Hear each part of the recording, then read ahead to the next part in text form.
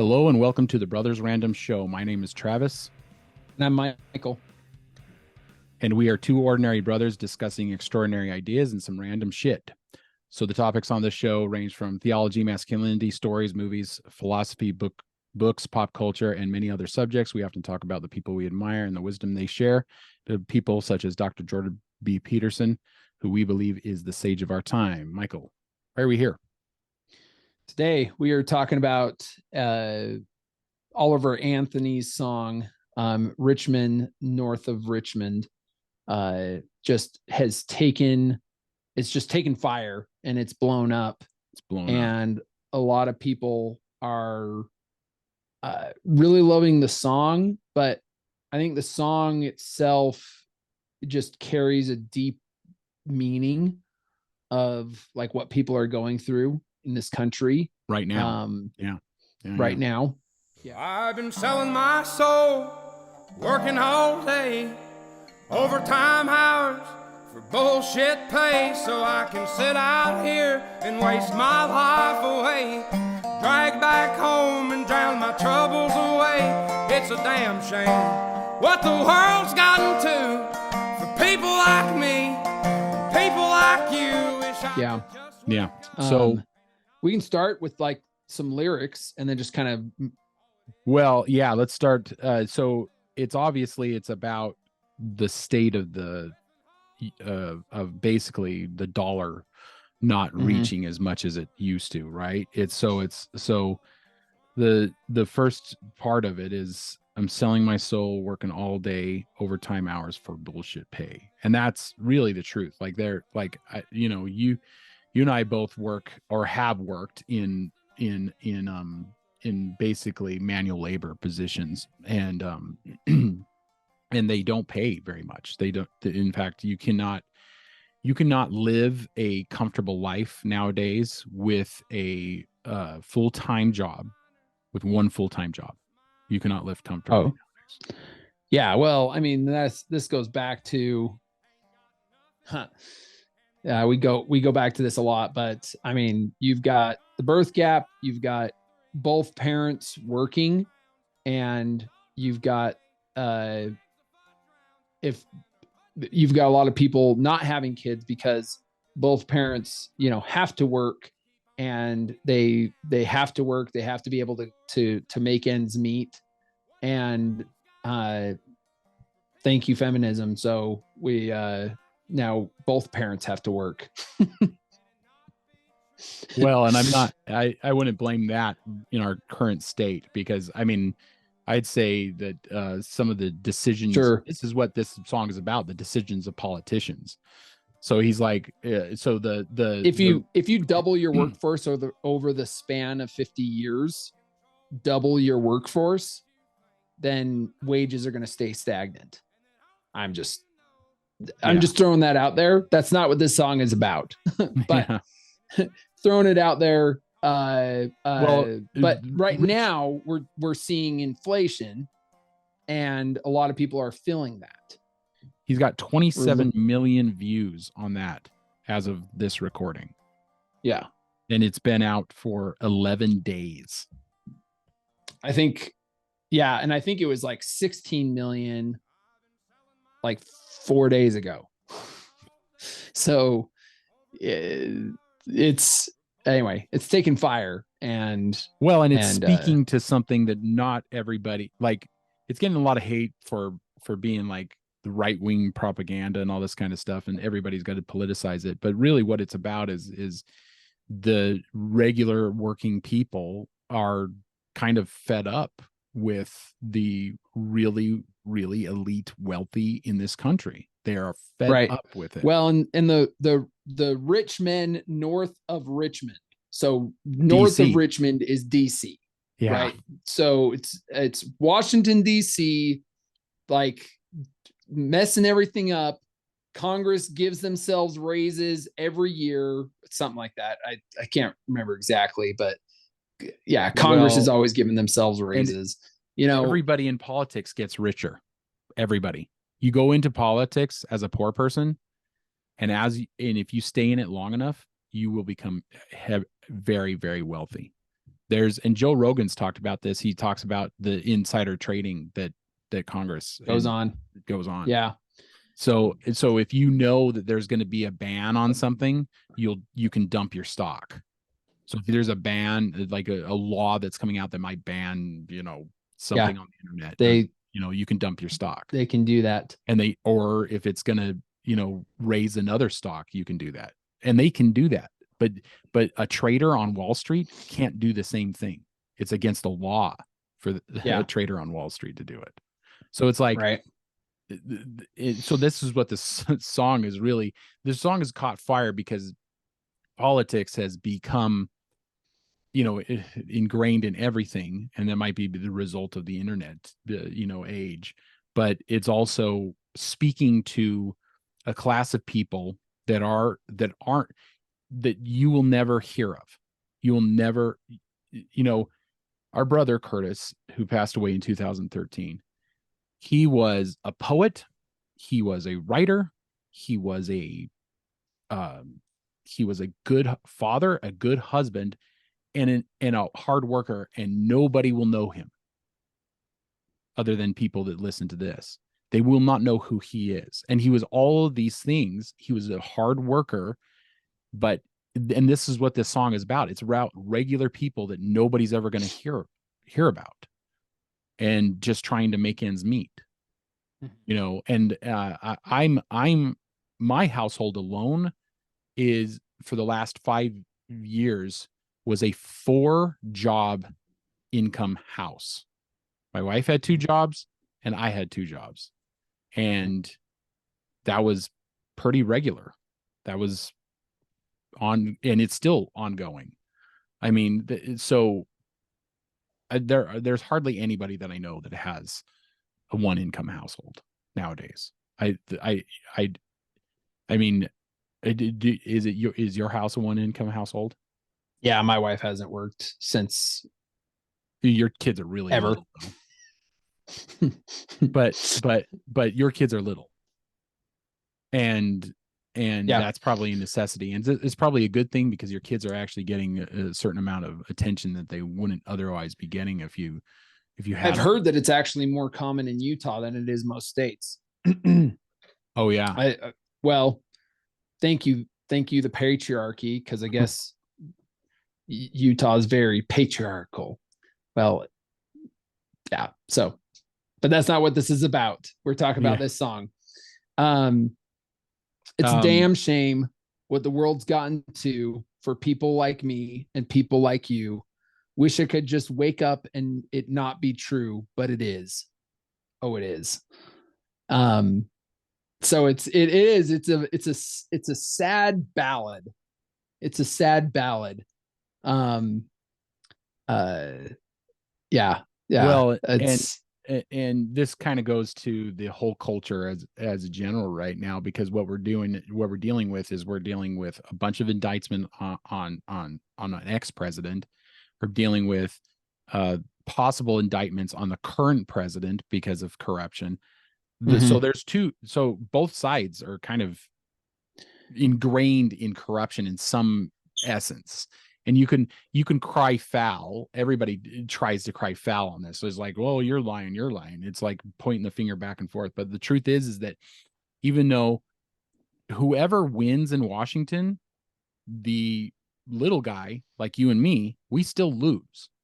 The guy who wrote this song, Oliver Anthony, he still loses. It doesn't matter who's in the White House anymore. They're so corrupt. It doesn't matter. Yeah. We're all losing. Yeah.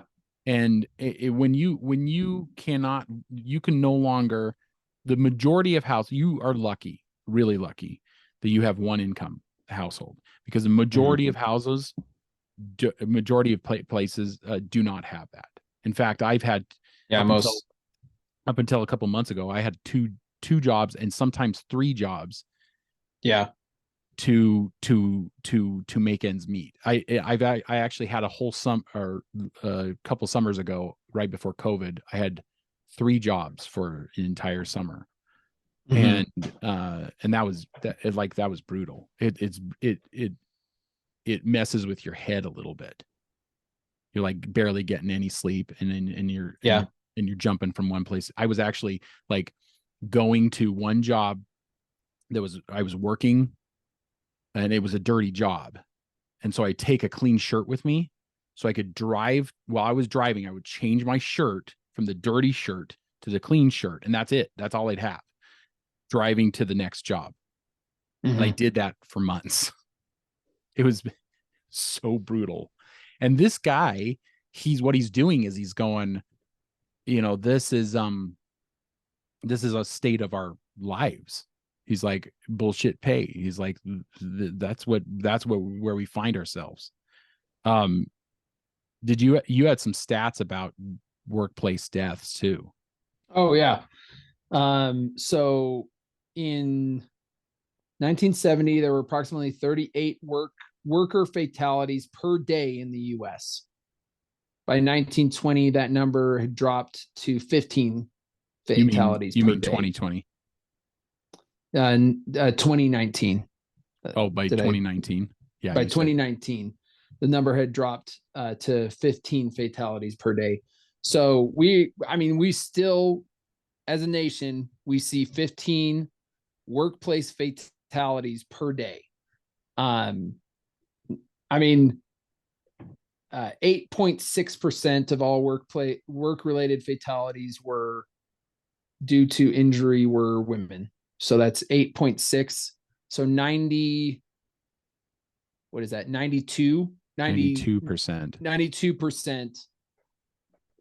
92% of workplace fatalities are men. Yeah. So that was probably even greater in 1970, since that's probably. I was working in the oil field when our company had a death, iron separation that killed a guy. I wasn't there at that location, thank goodness, but the whole company had meetings for days about workplace safety. They were trying to get away from having to pay out for the death. And it was like a freak accident. It wasn't like anybody made a big, huge mistake other than the guy who died. So, that's unfortunate, but I think that even though the song is about finances, mostly financial, I think that, it speaks to a larger problem, where, if you're working your tail off, you're more likely to, in these environments. He talks about miners. He wishes that the politicians cared. Should we just keep going along with the lyrics? Well, yeah, but where's that lyric where he's like, I wish politicians would look out for miners and not miners on an island somewhere. And not just minors on an island somewhere. So I think he's referring to Epstein child trafficking. Yeah. From the Epstein. Is that Epstein Island. Epstein? But it could also be the Sound of Freedom just came out with where they caught a bunch of perpetrators. He's got to play on words there, where he's like saying, why aren't we talking more about the crisis with miners? So, well, he's not discounting the miners on an island somewhere. He's just saying not just like I wish politicians would look out for miners and not just. Well, no, I think he's referring to I think it's like a dig at them, because they're all going to islands. All these politicians are going to islands to. Okay. I think it's a dig. Look out.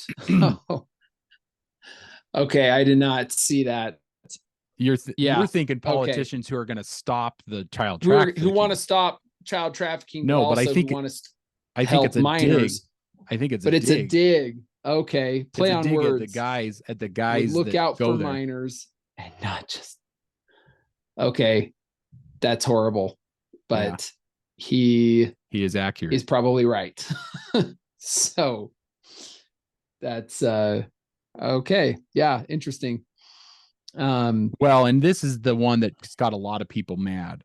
Where he goes, and Lord, we got folks in the street ain't got nothing to eat, and the obese milk and welfare. Now, it's not true that people don't die of hunger in the United States. Venezuela has a lot of hunger issues. There's countries in Africa, excuse me, that have a lot of hunger issues.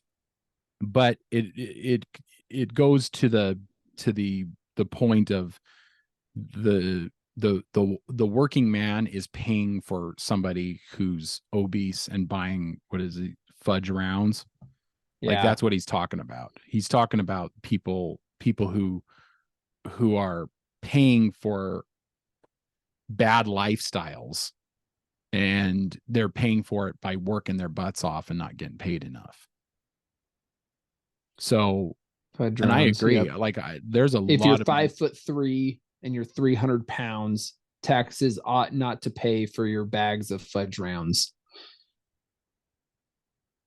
Yeah. I mean, so I had a friend. I got to tell you this story. So I had a friend whose wife was in, and we both would travel together for work. And he and I would always talk, and he's like, "Oh, you know what happened this weekend? My wife was in a in a supermarket, and she's standing in line behind another woman." And his wife was like very low maintenance woman. It's like, and she's sitting there and she watches this woman. This woman's got brand new nail job.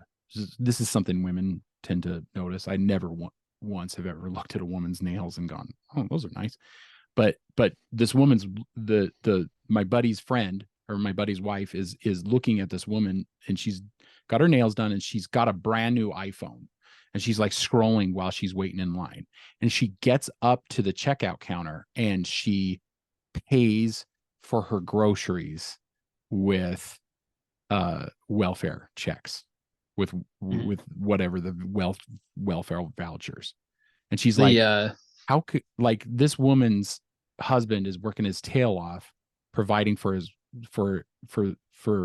her, and she looked at this woman and she's like, how could she do that? She's paying for her nails to be done. She's obviously paid for that phone, because the phone was a brand new iPhone. And the woman, my buddy's wife. Well, was this during the time? Because I want to say during Obama's this would have been administration. This would have probably been during Obama's administration. They had a for a minute, or they tried to pass it. I can't remember exactly. An initiative to get to pay for homeless people to have phones. Like, they were going to pay for them. So that phone might have been paid for by the United States by taxes. By taxes, yeah. Wow.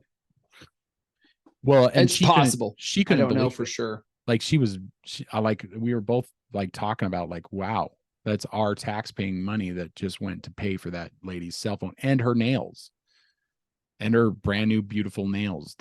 So obviously his wife his wife was kind of jealous, going, my husband's, and then she's got like the 2 or 4 year old iPhone, and she's looking at a woman who's paying for her groceries with a welfare check. It's like, wow.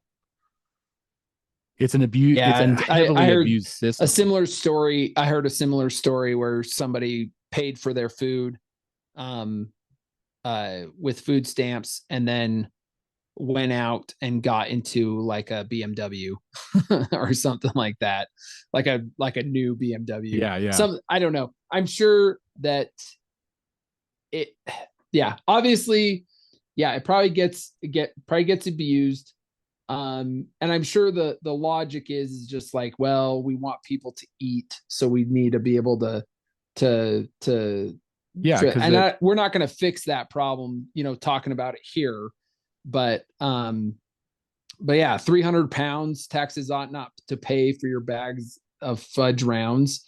Like, and the thing is we got an obesity problem. Yeah. Right. And that's true. That the obesity problem is not, it hasn't gone away. Yeah. But he does talk about people in the street that ain't got nothing to eat. Like, I don't think that's really true. If you've got people even homeless people don't die of starvation. Most homeless people die of some kind of drug overdose or exposure to the elements. Yeah. And then right after that, he mentions young men are putting themselves 6 feet in the ground. Oh, yeah. Because all the damn country does is keep on kicking them down. Yeah. I mean, we've talked about it a few times. The deaths of desperation is what despair. I think they call them, of despair, which is alcohol, drugs, or deleting themselves. And that's all primarily men. And living in a new world with an old soul. I don't know about you. I've always kind of felt like I was living in a new world with an old soul. Yeah. Like that could just be like my biblical upbringing or something. Well, and it could be just because we were kind of raised in an environment that kind of shunned pop culture and stuff like that. Right. We didn't have television, etc. But I remember mom was kind of a Renaissance lady. Even dad, I have memories of dad reading poetry. Old cowboy poetry. Yeah. And mom got that from our grandpa. Well, and I like that lyric because I think a lot of people are feeling that way because of the 2016 election. Let everybody know that we're in a new world with social media. And that book, The Coddling of the American Mind by Lukianoff and I think it's Lukianoff. Jonathan Haidt and Lukianoff. They both posit the idea that the change in society came when Facebook invented the like button. So it was right around 2011 that it happened, and then people just stopped. Like, then everybody was online and everybody was feeding their opinion online, and everybody was, and here we are on YouTube trying to do the same thing, YouTube and podcasts. Trying to do the same thing. So everybody's doing this, and if you've got all the cesspool of everybody's opinions, right, then you get the meltdown of our country that I would say probably started before 2016, but is like the light was shined on society in 2016, where it went from 2011 to 2016, where we had all this online just fighting, just a lot of people fighting each other. And this is what it comes down to with this song. I think people are just looking at this song going, this is how I feel about our society right now. I'm an old soul. I'm an old living in a new world with an old soul. Right. Yeah. Lord knows these rich men north of Richmond, Lord knows they all just want to have total control. Not want to know what you think, want to know what you do. And they don't think you know, but I know that you do. It's, dude. Yeah. Our information is sold so many different ways. It's a damn shame. I mean, it's crazy to think how much we're just these cogs in a machine connected to the internet and just watched and then fed consumerism. Just go on to the next thing. How many young people do you know that like watch old movies? I don't think any of them do. Like really old movies. Like if it's not new, they're not paying attention to it. Like I'll force my kids to watch an old movie. I've talked to a lot of young people that just don't watch much movies. Oh yeah. They doom scroll. They just sit there and scroll on their phone. I think so. Like, I don't know. I mean, there's video games, there's social media, there's so many things to take your attention away, right? We're just consumed with distraction. There's and I've noticed talking with younger people, a lot of them don't watch a lot of movies, but they watch a lot of television. So like series. So they like a lot of different series. Like Netflix shows. Yeah, like Netflix shows and stuff. But most of them haven't really watched any of the older stuff. Like they haven't watched Friends. They haven't watched we just started watching Malcolm in the Middle. And it's been so crazy fun. Yeah, because it's just been loving it. you need to check out Parks and Rec. That is a really funny show. I've heard that's super funny. Yeah. So, but the old soul, living in a new world with an old soul, is so spot on.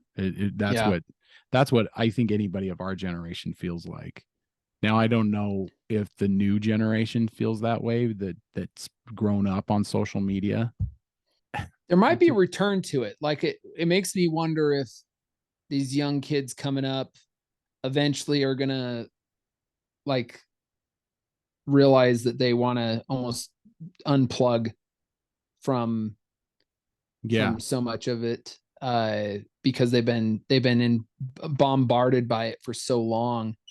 Well, it's just watching Malcolm in the Middle takes me back that no cell phones, or like if there are cell phones, barely anybody has one. Yeah. Right. Like she borrows a cell phone from a stranger, in it, the mother does. And they're on phones like connected or the wireless phones that you would carry around your house. Yeah. That's pretty that was like new. it's just crazy to think that you would be at school or out and about or whatever, and you could not get a hold of anyone, right? Like that. It's a whole different world now, just thinking about how and we're all so connected, but yet we're all at each other's throats, and that might be the part of the problem, right? Because because everybody's connected. That might be why everybody wants to fight. Maybe the disconnection was the answer to not have so much fighting. So if you're a dude in like rural Montana, you would never know what a dude in southern Texas thought about. You would never know. But nowadays you know exactly what that person's thinking about. And I don't know. I don't think that's a good thing. I guess it has it's a good thing and it's a bad thing. I mean, it's a lot of it is just the sheer kind of inundation of so much information, but also the option paralysis, that there's so many options. So it's like there's so many options for books, right? Well, pick one and and read it, right? There's so many options, but if that option just gets more and more and more and more and more, it's almost like you don't pick any of them. You kind of glean through a bunch of different information, right? Because I've noticed since I've had my smartphone, my sitting down and actually reading a book has been less and less, right? Yeah. Before my smartphone, and I don't know if it's a change in just like my ADHD or like, I don't know, change in my brain. But I've had to try and force myself more to like put everything away and sit down with a book. And that's part of that being an old soul, right? If you see somebody reading a book, it's so rare. I mean, it's like you're reading a guaranteed book. Old soul right there, right? Yeah. Well, and we found this in our own home when like school just recently started, and I'm just like, okay, so now that school started, after dinner, we need to stay off the phones, and all of us need to do it. I mean, because I'm just as bad. I'm sitting there like doom scrolling all the time. Yeah. It's like what, but it doesn't like, so last night we had the family gather around the table, and most everybody wasn't on their phones, but we were all sitting there playing Uno, and it was really great. It's really a lot of fun. And then after Uno, we did like Mad Libs. Do you know what those are? No. It's like a sheet that has blanks in it. It's a story, and then you have to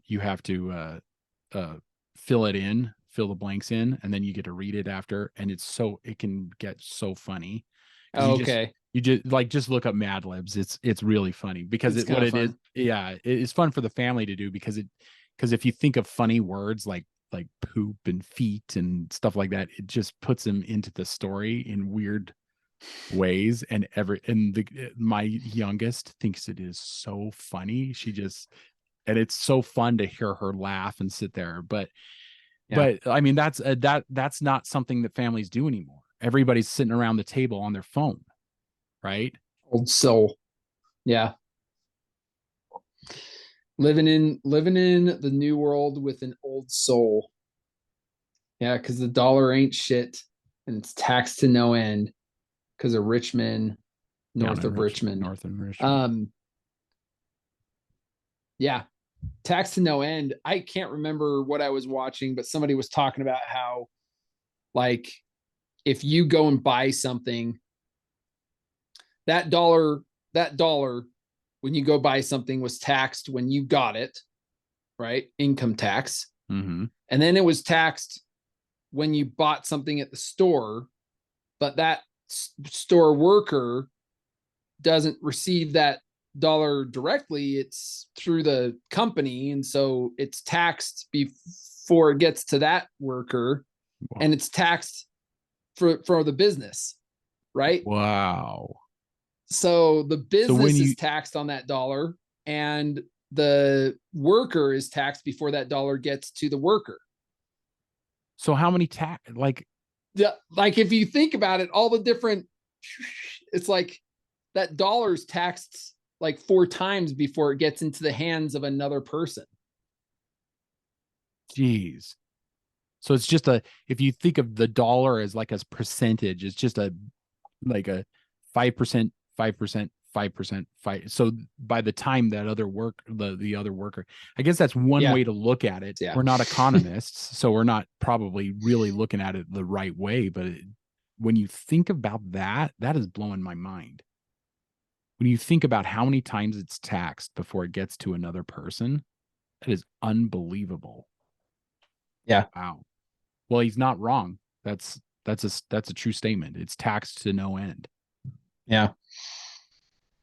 Yeah. And like we said, Congress keeps giving themselves raises. Yeah. So can you imagine going back to a time where where serving the country was altruistic and not so you could become rich? I want to say that it was Warren Buffett. It might have been Warren Buffett that said, he's like, I could fix your deficit problem in 4 years, and it would just be this: if the deficit got to a certain percentage, and he said some certain percentage, but if it got to some certain percentage and it stayed there for too long, then none of those congressmen or women could run for re-election. I was like, let's do it. It's like, if it got below a certain percentage, then they could not run for re-election. Or if it got too high, if the deficit got too high, basically they couldn't run for re-election. They'd be null and void. Yeah. So I was like, I also think that there should be terms on Congress. We've got people. I mean, look at limits. Biden. You're talking about term limits. Term limits, yeah. I think if we had terms, that would do a lot. Term limits because they have terms. They just keep getting reelected to those. Right. Those positions. So term limits. And it doesn't have to be just 2, like the president, right? Like presidents can only run 2 terms. So why don't we do that to almost all? So why not do something? I mean, and it wouldn't even have to be 2. Maybe it could only be 4, right? I don't know what the answer is, but to have these guys like just get on the teat and then just stay on the teat forever, and that's all they'll do. That's what they'll die doing. I mean, Len's kind of its own bag of problems. So Biden was a United States Senate. He was in the Senate. Okay. Yeah. So he's a senator. Yeah. And elected like one of the youngest or something like that. Because he got elected but had to wait to be sworn in or something like that till after his birthday. Something like that, yeah. Anyway, do we want to bring this one home? Yeah, let's bring this one home. What are our socials? On Twitter, follow us on Twitter at Brothers V Random, and on Instagram at the Brothers Random, and email us, have us on your show. Our email, thebrothersrandomv@gmail.com. And we also got ourselves on Apple Podcast and Spotify. Check us out there. Look for the Sword in the Skull. That'll be a short one for us. Keep reading, keep listening, keep watching, learn more. We'll see you, brother. See ya. Well, I've been selling my soul, working all day, overtime hours for bullshit pay, so I can sit out here and waste my life away, drag back home and drown my troubles away. It's a damn shame what the world's gotten to for people like me, people like you. Wish I could just wake up and it not be true, but it is. Oh, it is living in the